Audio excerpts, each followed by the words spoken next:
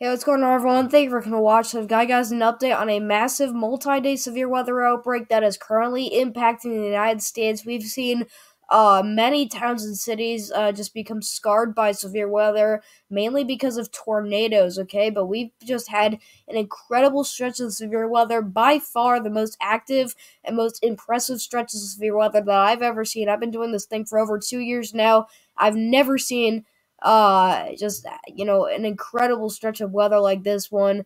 But we still have this to talk about getting into tonight and then into tomorrow. So we're gonna be wrapping this up. Just talking in this video about the latest and hopefully the last information that we're gonna need to go over as far as severe weather goes. And just for this whole big week and really 2 weeks of severe weather. But take a look at your current satellite. You can see as the sun sets, it's setting over this big surface low that's really deepening, and it's almost stalled out. But it's very slow moving there across the north central United States. I already drew a little bit there. But here you go. Made by color yellow. You can see that low pressure signature right there with that little spinning circle right there. Everything right in the middle, that's where that low pressure center is. That's where the deepest low pressure is. Okay? Where are your severe thunderstorms located? Well, you have a big warm sector, and it's still back here into the Ohio Valley, so that's where you have the big storms. This is right in the Great Lakes region, right into here. We've been dealing with tornadoes today. We already had a tornado emergency today, okay? It was a little controversial, was still a catastrophic tornado potentially. Just went through a town in southern Michigan, all right? Not every day do you see tornado emergencies in southern Michigan, especially just the fact that it's only May. It's not even. It's still trying to get. We're still trying to get a little bit warmer out there. Still trying to warm up for springtime and summertime in Michigan, and we're already getting tornado emergencies. That's just how incredibly scary and dangerous this tornado season has been. Okay, but you still have those thunderstorms that are popping off. You can see those high cloud tops, these little bubbly little clouds up here. That's those are severe thunderstorms moving across Indiana and Ohio. Those are going to be moving to the east and northeast. Those are going to be moving into the interior northeast. And then tomorrow we'll talk about severe weather for you folks out there. But this is the whole picture that we've got going on right now. Everyone else is pretty quiet. You still have this little shortwave trough that's bringing some dry air that's coming out of the southwest. All right, that's going to be kind of helping to push these storms off to the east. But yeah, it's pretty much all that we've got at the moment right now. All right, so take a look at your alerts. You can see in the Ohio Valley, this is pretty much shared between western Ohio, southeastern portions of Michigan. This goes down into southern Indiana, and then you got western Kentucky, southern Illinois, and just to the north of the Boot Heel, Missouri, in that yellow shade, you have a tornado watch. Okay, this is very big. It's not a high-end tornado watch. It's not PDS, all right? But there still is that watch for tornadoes, and as you can see at the moment, we already have multiple tornado warnings. All day we've been seeing tornadoes drop down out of the sky. It's crazy how many tornadoes we've seen today, but this is definitely a tornado outbreak, and you can see it's still ongoing with all these tornado warnings in the red boxes there. You can see a cluster of them throughout western Ohio, still a few of them in the southern Wisconsin. That's where things are starting to get going a little bit more. But yeah, you can still definitely have some strong tornadoes throughout tonight. You have flood watches through central Tennessee into western portions of West Virginia and southern sections of Ohio. Okay, that's in the green shade. In southern Texas, I believe you have a heat advisory. Oh my gosh, dude. It's May, and we already have heat advisories. These are the first heat advisories, or at least the first heat-related watches, warnings, and advisories of the year. It's May, guys. This is really not good. It's spring. It's still supposed to be, warming up. The whole country is still supposed to be warming up and getting into the spring and summer temperatures, but we already have heat advisories. So it's already getting to the point where we're seeing heat that is it's above average. Like, it shouldn't be this hot. It's literally hot. We're talking about heat. Okay, it's just strange to think about heat, but in spring it's supposed to be warm but not hot.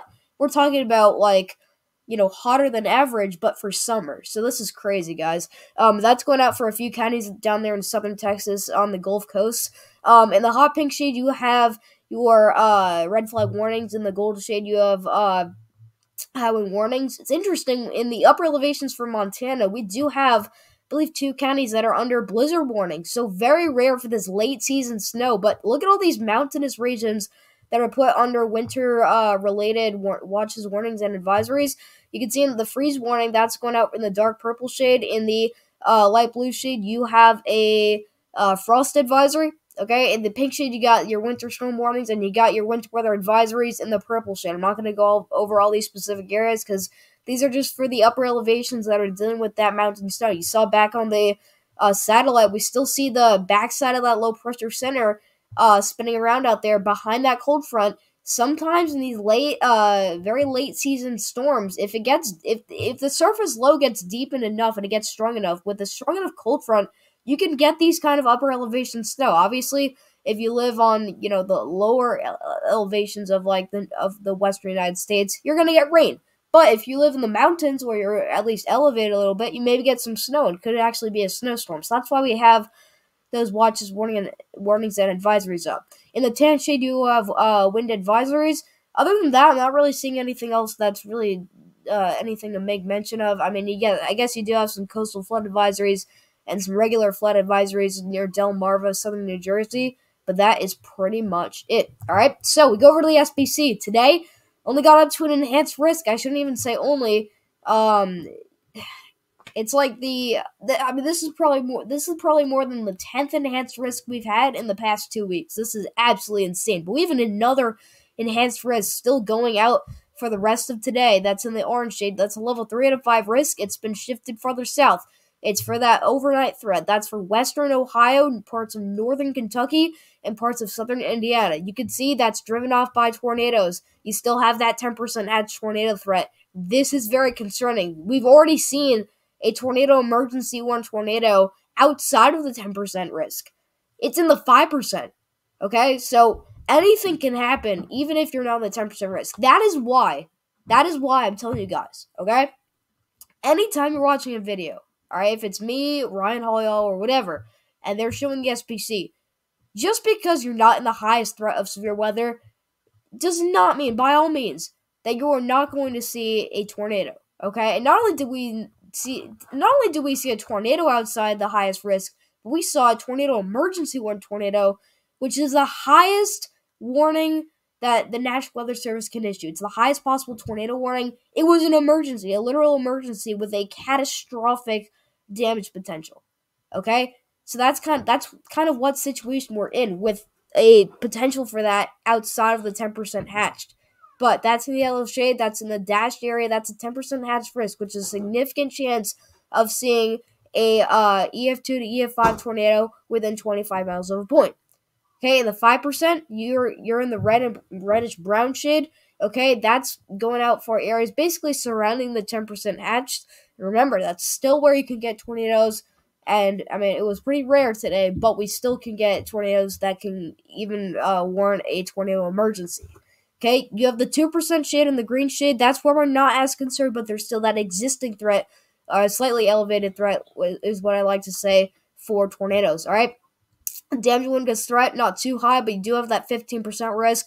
It's a little bit further off to the east because we may see that QLCS develop if these storms become organized enough. So far, it's looking like that may end up happening.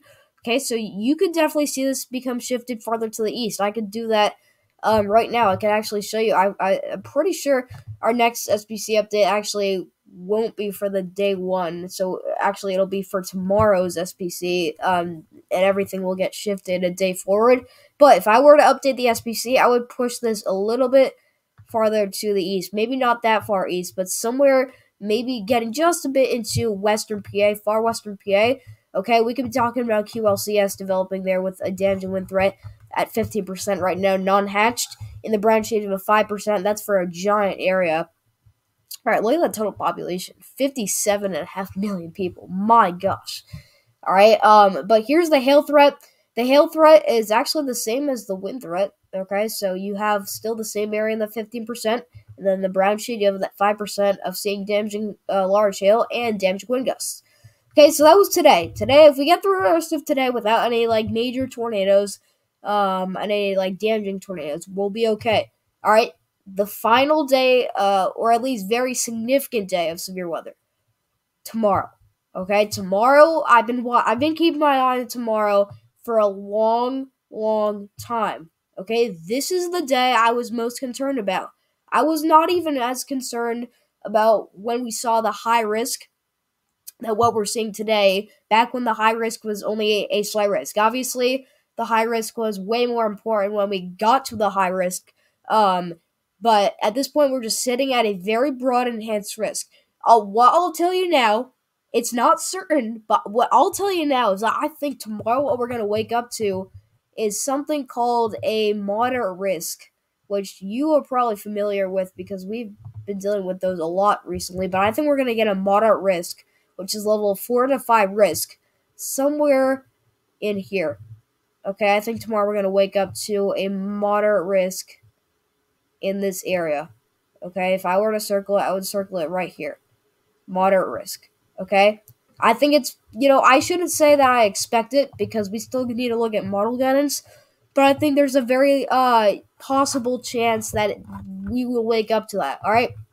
We might not. Okay, we obviously might not, but we definitely could. Okay, my take on that. It's very, I mean, this is why you can't really talk about the SPC being what the SPC is going to be at for day one when it's only at like day 2 or day 3, because you honestly don't know. The SPC can change to anything. All right, but at this point, we have a very broad enhanced risk. That's the level 3 out of 5 risk in the orange shade. That's going up from really just to areas just to the east of Dallas, all the way up through Arkansas, Tennessee, Kentucky, Southern Illinois, Indiana, Southern Missouri. My friend Davis does weather. All right, he's inside this enhanced risk, but this is a very broad enhanced risk. That's level 3 out of 5 risk. Surrounding areas, you're in the slight risk. That's in the yellow shade. In the green shade, you have a marginal risk. Okay, I am most concerned about the enhanced risk for now, and you'll see why. You have the 10% hatch tornado threat, but it's so big. Okay, look how big that is. You don't usually see a 10% hatch tornado threat that big. All right, but that is including areas to the areas in southeastern portions of Missouri through southern Illinois, and then into northern portions of Tennessee and western Kentucky.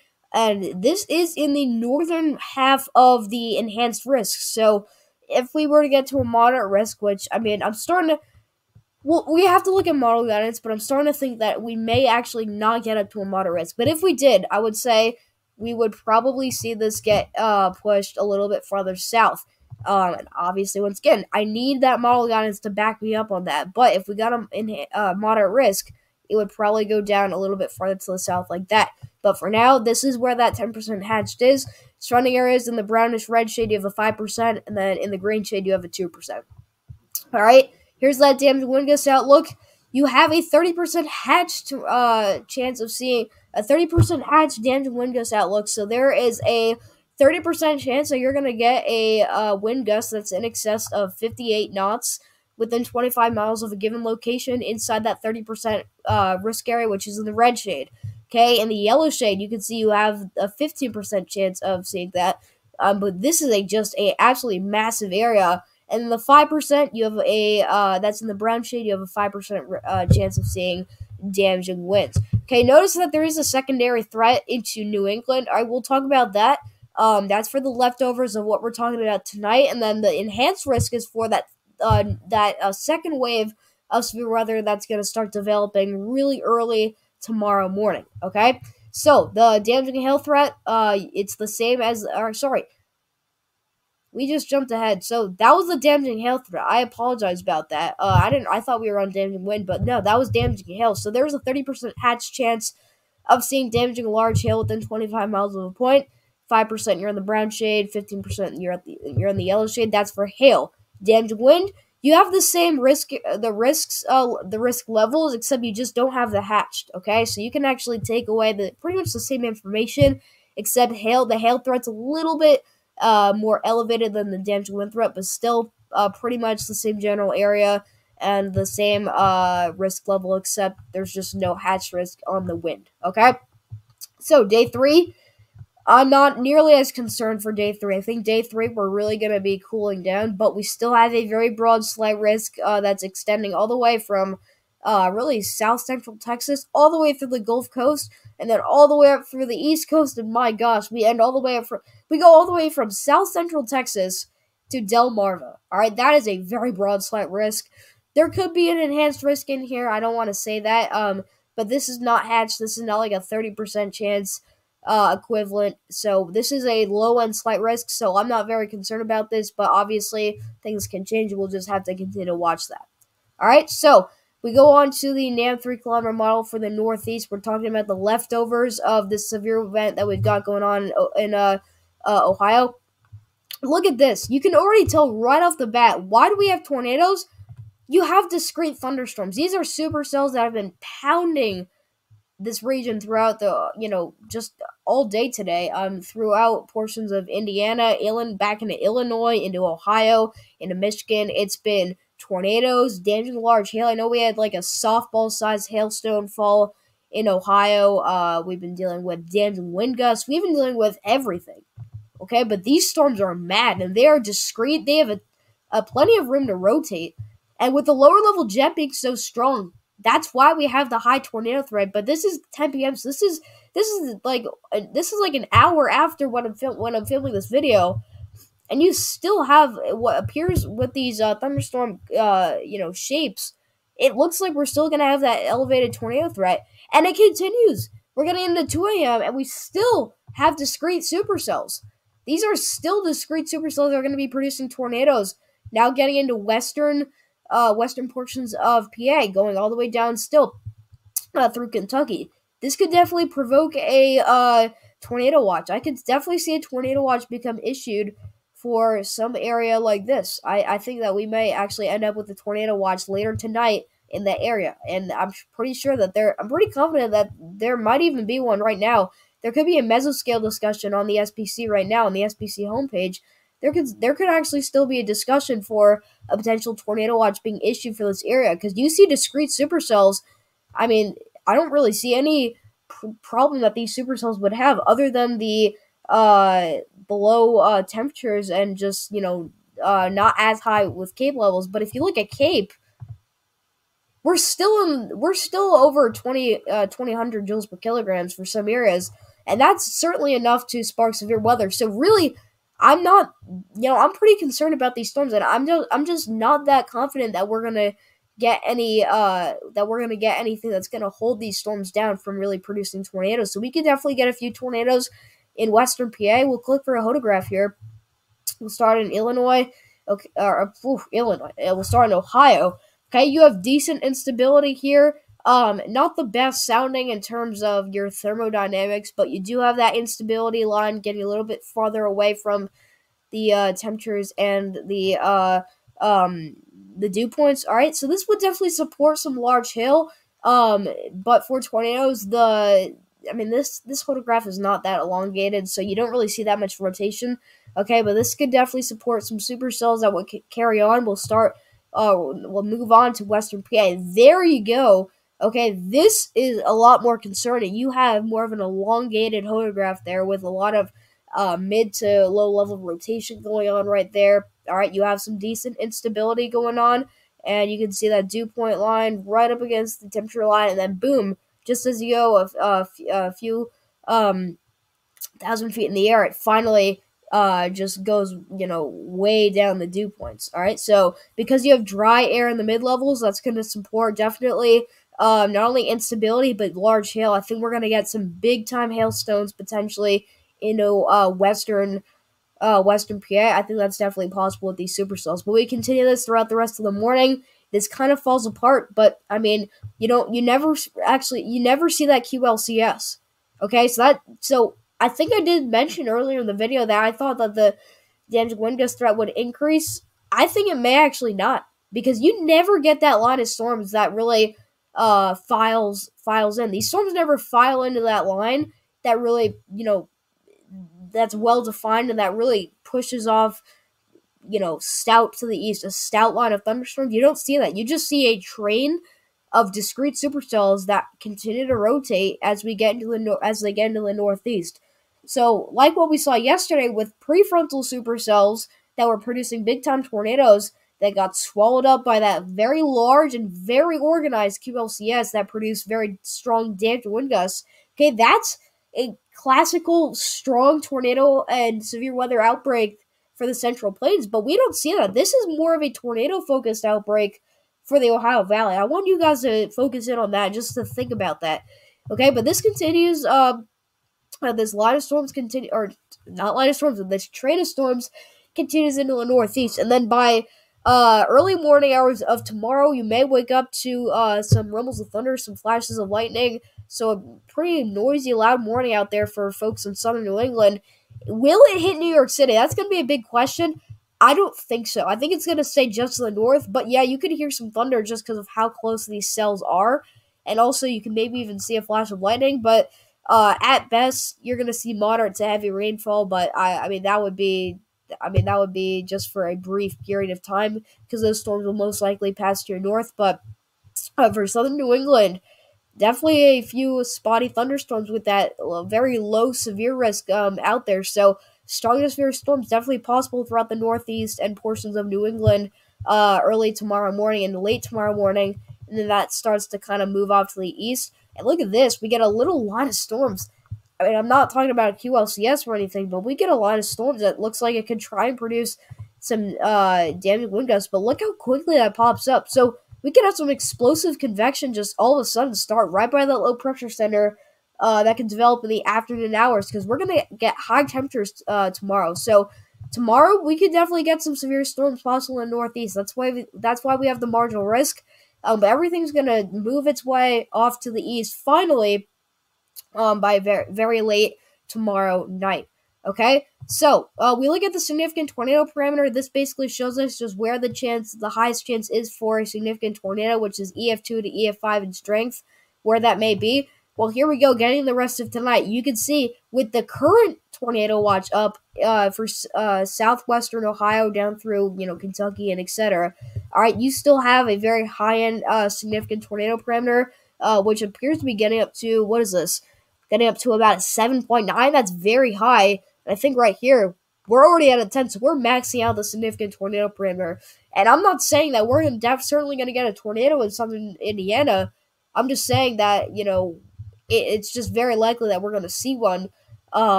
We most likely will, all right? But with the significant tornado parameter maxing out like this, we just got to a 12.2. That's very high, okay? The max we can get to is a 10. The highest on the scale is a 10. We're getting a 12.2. So think about that. That's pretty darn high, okay? So we have a very good chance for seeing a significant tornado in southern Indiana or really anywhere throughout the circled area getting into the rest of tonight. As long as these storms stay discrete, as long as the instability stays up, and then as long as the shear and just, all the thermodynamics just stay put together. But this really falls apart, and you can see the HRRR is not buying it for the Northeast. But, this is why we only have that damaging wind threat, because we only get up to about a 2 for Western PA. So, I mean, that tornado threat still, it's like non-existent. It's not like that, but it's just not nearly as high as what it's going to be like back in the Ohio Valley. All right? And so move over to tomorrow's threat. This is for the southeast, that enhanced risk. All right? I'm going to try and get through this pretty quickly because I do need to get to bed, all right? But this is 4 a.m. tomorrow morning. Look at this convection already starting to get going. This is that second burst of energy that you got, and it looks like you're going to have a line of, or just like a little line, okay? Just a little line in a weird formation, though. It's going to develop through the Tennessee Valley, mainly localized over central Tennessee, western Tennessee, early morning hours of tomorrow. Definitely some tornadoes are possible within that line of storms. Some supercells are possible. But I would watch out back here in Missouri. You can see these little bubbly storms. Those are supercells. Watch out. A few spin-ups are possible. But what I'm not seeing, though, so far is that, eye-catching risk for, damaging large tornadoes. Because you can see these are very small supercells that never really get to that explosive point. But they're getting stronger, okay? But then at this point, you're seeing a little bit of a damaging wind gust line form here. You're not seeing any organized supercells at all. So it's going to be a hard one because you have a pretty high-end threat for tornadoes tomorrow, but I just don't see anything that's really catching my eye. We get into tomorrow night, and we just see a disorganized bunch of supercells that are trying to move their way through the mid Ohio Valley. All right, and so we'll see this continue, and we just never get that boom. But we do get a QLCS that's fairly strong here, that is moving its way to the southeast. That's going to be bring some very strong, potentially up to 80-mile-per-hour winds throughout portions of western Tennessee. I would watch out for that. That's going to really knock out power. That could knock out power for a pretty long time if you're in western Tennessee. So if you have folks out there in the southeast, but over towards Tennessee, just maybe shoot them a text to just ask them if they know what's going to be going on tomorrow, because not only is there a decent chance for tornadoes, but also this QLCS looks very intense, and this is during the middle of the night, so you could have some trees coming down on those power lines and also through your house, through the roof. Because if you get a large oak tree that comes crashing down in 80-mile-per-hour winds, that's going to be bad news for you if you're sleeping in your bedroom. I'm just saying, guys, you really got to make sure you're taking precautions if you're going to bed, especially in western Tennessee with that QLCS very dangerously setting up there in that region, all right? But finally, when does everything clear out? Well, I think everything's just going to kind of fizzle out through the morning of Thursday. So we're going to get through Wednesday, and then in Wednesday night into Thursday, this kind of just fizzle out before moving off to the Carolinas as just some regional showers and thunderstorms. All right. So your CAPE levels, they are ridiculously high. We're getting to almost 5,000 joules per kilogram in some spot. I believe right here we may get be getting up to 5,000 joules per kilograms. That is, I mean, I can't tell you how ridiculous that is. That is insane. So the thermodynamics, there's no problem with that. But I mean, you can see getting into the rest of tonight, they slow down, but getting into tomorrow, I mean, they rebound, and back into Texas, you're above 5,000. You're getting to like 6,000. You see this white here? Look at the white shade. That's white. That is over 5,600 joules per kilogram CAPE. I honestly am speechless about that, but this really fizzles out quickly. So it looks like you're gonna have a pretty good cap that may actually end up reducing that chance for severe thunderstorms that are developing those high cloud tops. But yeah, I mean, man, you just don't see CAPE levels continue to rise really after 6 p.m. Eastern. Right after 6 p.m. Eastern, so 5 p.m. Central, all right, everything just immediately slows down and starts to die down. But it's just all this, it's the cap, and also you got a big oncoming cold front that's going to really bring that dry air in, and you're just going to see the line of storms be pushed off to the east, and also the cable are slowly going to diminish. Okay, and then finally we look at the significant tornado parameter for tomorrow, okay, just to take a look at what we could be dealing with. Here it comes, and it gets pretty high over Oklahoma again.